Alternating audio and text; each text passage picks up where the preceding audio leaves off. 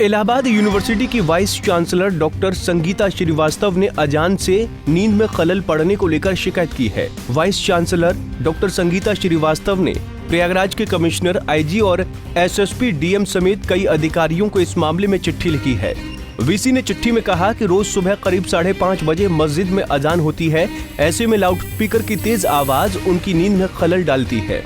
कुलपति ने शिकायत की है कि अजान के कारण नींद बाधित होती है और फिर बाद में नींद नहीं आती है, जिसके कारण पूरे दिन सिर में दर्द रहता है और इसका असर उनके कामकाज पर भी पड़ता है। हालांकि कुलपति ने अपनी चिट्ठी में साफ किया है कि वो किसी भी संप्रदाय, जाति या वर्ग के खिलाफ नहीं है, लेकिन एक कहावत का जिक्र करते हुए कहा कि आपकी स्वतंत्रता वहीं खत्म हो जाती है जहां से मेरी नाक शुरू होती है। चिट्ठी में संगीता श्रीवास्तव ने अपील की है कि अजान बिना लाउडस्पीकर के भी हो सकती है, ताकि किसी दूसरे व्यक्ति की दिनचर्या पर उसका असर न पड़े। उन्होंने कहा कि अभी ईद से पहले सहरी का ऐलान भी सुबह 4 बजे ही होगा। ऐसे में इससे भी परेशानी बढ़ सकती है। वहीं इलाहाबाद यूनिवर्सिटी की वाइस चांसलर की चिट्ठी को लेकर मुस्लिम धर्म गुरुओं ने सवाल उठाए हैं। उन्होंने vice chancellor doctor Sangeeta Srivastava की चिट्ठी को साजिश करार दिया है। इलाहाबाद के वीसी ने जो खत लिख करके आज लाउडस्पीकर पर अजान की पाबंदी की बात कही है, इसकी हम लोग सख्त अल्फाज में मजम्मत करते हैं। उनके इल्म में ये बात होनी चाहिए, अपने मुल्क की तारीख से उनको पूरी वाकफियत होनी चाहिए कि अपना पूरा मुल्क पूरी दुनिया में अपनी गंगा जमनी तहजीब के लिए मशहूर है, जाना जाता है। इस मुल्क में तमाम लोग एक दूसरे के मजहब की पूरी तरीके से एक दूसरे के मजहब का इज्जत और एहतराम करते हैं, और यही वजह है कि हमेशा से मस्जिदों से अजाने और मंदिरों से कीर्तन भजन की आवाजें फिजा में गूंजती रहती हैं। कभी किसी के नींद में उससे खलल नहीं आया करता है। तो इस वजह से इस तरीके की बातें करना बेमाने हैं। और ऑनरेबल हाई कोर्ट का इस सिलसिले में पहले से जो लाउडस्पीकर का ऑर्डर है उस पर मस्जिदों में ऑलरेडी अमल हो रहा है। लिहाजा मेरी सबसे यही अपील है कि आइए हम और आप अपने अपने मजहब पर सही तौर पर अमल करते हुए एक दूसरे के मजहबी बातों पर का पूरी तरीके से इज्जत और एहतराम करें और बेमकसद बातों में आवाम को न उलझाएं। देखिए, हम सब जिस मुल्क में रहते हैं ये मुख्तलिफ मजहब के मानने वालों का मुल्क है। यहाँ पर मुख्तलिफ त्यौहार भी मनाए जाते हैं। जहाँ मस्जिदों से अजानों की आवाज़ आती है वहीं पर मंदिरों से भजन और कीर्तन की आवाज़ आती है, और कोई भी मुसलमान इन तमाम चीज़ों पर एतराज़ नहीं करता है।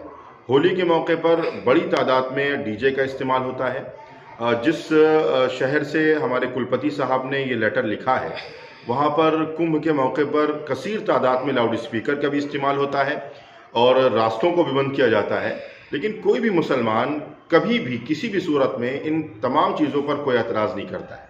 लेकिन अगर कुलपति साहब महज 1 मिनट या 2 मिनट की अजान पर, जिसमें अल्लाह अल्लाह के रसूल का जिक्र होता हो, लोगों को कामयाबी की तरफ बुलाया जाता हो, अगर वो इस तरीके का पत्र लिखेंगे और अपनी इतनी बड़ी दिक्कत को जाहिर करेंगे कि उनकी नींद में खलल वाक़ होता है, तो ये बात समझ से परे है, ये बात समझ में आने वाली नहीं है।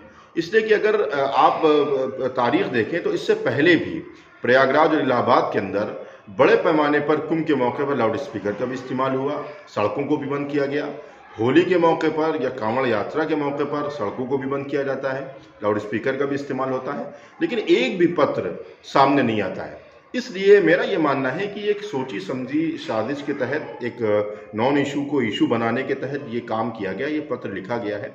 इसका मकसद सिर्फ ये है कि किसी न किसी सूरत पर अजान पर पाबंदी लगाई जाए और जिस सूरत में अजानें हो रही हैं उनको उनकी असली सूरत में अजान से महरूम कर दिया जाए। इस मुद्दे को लेकर समाजवादी पार्टी के प्रवक्ता अनुराग भदौरिया ने बीजेपी को आड़े हाथ लिया।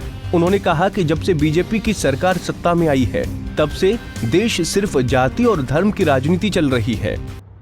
एक बात मुझे समझ में नहीं आ रही है, जब से भारतीय जनता पार्टी की सरकार इस देश के अंदर में आई है लगातार यहाँ पे जाति धर्म की राजनीति पे जोर दिया जा रहा है। आखिर क्यों भाई, क्यों नहीं यहाँ पे राष्ट्र निर्माण की बात होती? राष्ट्र निर्माण की बात होगी तो समाज में समाज के विकास की बात होगी। जो यहाँ पे युवा बेरोजगार घूम रहा है, जो बेरोजगारी से आत्महत्या कर रहा है, उसको रोजगार दिलाने की राजनीति होनी चाहिए। महंगाई यहाँ कमर तोड़ है, बेनता महंगाई है, महंगाई से लोग परेशान है, जीना मुश्किल हो गया है, उस पर चर्चा क्यों नहीं होती? क्यों नहीं चर्चा होती? किसान लगातार यहाँ धरने पे बैठा है, सैकड़ों किसानों की मौतें हो चुकी है, उसके बारे में चर्चा क्यों नहीं होती? महिला सम्मान के बारे में चर्चा क्यों नहीं होती? यहाँ जिस तरह से करप्शन बढ़ा उसके बारे में चर्चा क्यों नहीं होती? सही मायने में अगर राष्ट्र निर्माण की बात करनी है तो समाज के विकास की राजनीति करनी होगी, जाति धर्म की राजनीति बंद करनी होगी।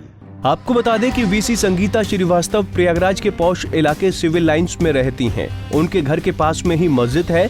वीसी संगीता श्रीवास्तव के पति जस्टिस विक्रमनाथ गुजरात हाईकोर्ट के चीफ जस्टिस हैं। उन्होंने ये चिट्ठी इसी महीने 3 मार्च को लिखी थी। गौरतलब है कि बॉलीवुड सिंगर सोनू निगम भी इस मुद्दे को उठा चुके हैं, जिस पर काफी बवाल भी हुआ था। उन्होंने कहा था कि लाउडस्पीकर से होने वाली अजान से उनकी नींद खराब होती है। लखनऊ से अनिल सैनी की रिपोर्ट।